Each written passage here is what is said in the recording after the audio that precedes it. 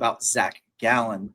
This is another guy who I really bounced back and forth, like same with Michael King with the qualifying offer, not what's he going to do, because he really struggled this year, and then like the last like 5 to 6 starts kind of turned it on and looked like the Zach Gallen we kind of would expect him to be.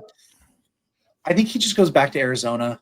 I think it's a 4-year, $90 million deal, 22 and a half per year. I think it makes sense. They're going to get Corbin Burns back at some point this year. Gallen fitting in there. Might even go re-sign a guy like Merrill Kelly. I just think it makes sense. They need to keep some of their starting pitching there, with some of the young guys not panning out the way they want it to be. So I did not have a good feel on Gallen's market like at all.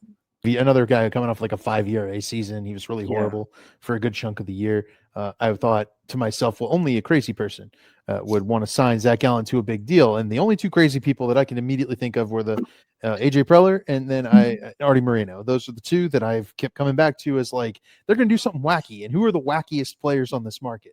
Zach Gallen. So I'm going with Gallen to the Angels. I think the Angels sign a starting pitcher.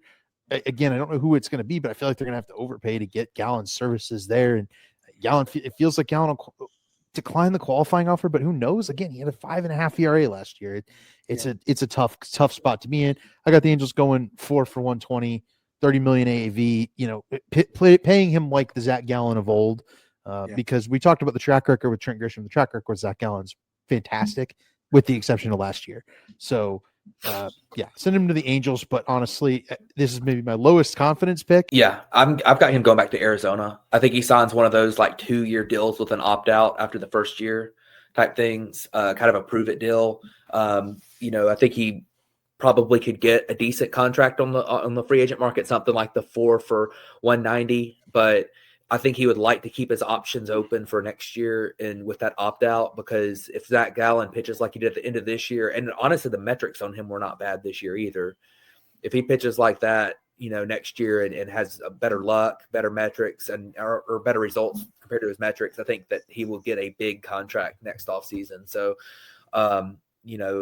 this is a pretty deep pitching class in free agency too. Yeah. So I could see him going back to Arizona on that 2-year deal with maybe the opt out of the first year, but basically just give him an option year after the qualifying offer. So I got 2 years, $50 million, go back to Arizona.